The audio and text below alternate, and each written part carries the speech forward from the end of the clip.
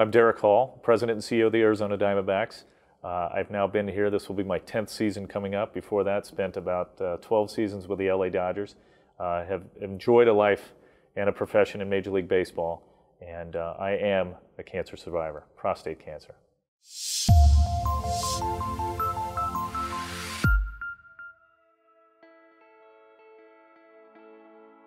You know, it's really quite remarkable that I was even diagnosed and caught it early, the prostate cancer, because I had no signs, no symptoms, no signs, no clue that there was even an issue. And that is the case with so many men. They don't know, and if they're not tested, they're not going to know. And I wasn't even tested. I was going through some routine checkups and appointments that I had with my cardiologist because I had cholesterol issues and blood pressure, and so I was routinely going to see him. And he called me one day after I spent a couple days with him, and he called back with the results of our testing with again, from a cardiology standpoint.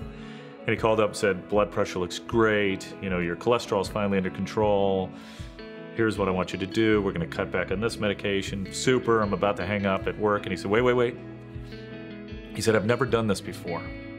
And for some reason I did. I don't know if it was by accident. He said, but I drew a PSA on you as well, and I didn't even know what that was. And he said, I'm a little concerned. I want you to come and meet with our head of urology.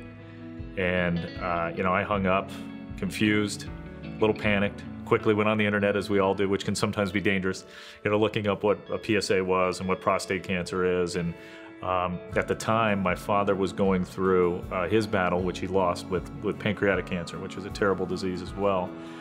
So I'm watching him and helping him and trying to get him through his fight.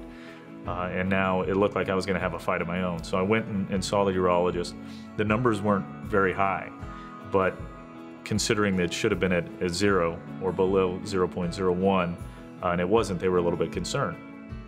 So they asked for me to have a biopsy. They were quick with the results. Shortly after that, I left, went on the road with our team. We were playing in San Diego against Padres.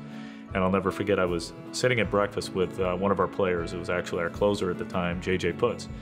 And JJ and I are having a nice breakfast on this Saturday morning, and I can see that the number pops up, 480, and it was not a number that I recognized. I figured this has got to be the doctor. You know, I had just been there, I think, Wednesday or Thursday for the biopsy. Now it's Saturday morning. I go running out, answer the phone, and the first words out of his mouth are, yes, you do have prostate cancer. Didn't really hear anything beyond that, and that's such a concern to me because I think everyone experiences the same. When you hear the words cancer, when you hear that the diagnosis was positive, you don't hear the rest. And you know, that started getting me thinking about how I could help others as they go through that in the future, which is why I started my foundation. But it was a lengthy process in how to receive treatment, and they tell you there's no rush. I, for one, disagree. You know, when you hear that you do have cancer, I think it is a rush.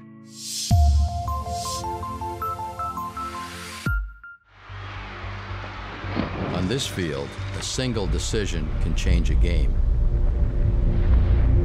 For a man with prostate cancer, a single decision can change his entire life.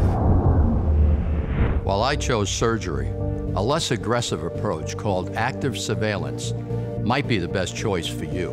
Ask your doctor about a genomic test that may help you make the right decision. Learn more at yourprostateyourdecision.com.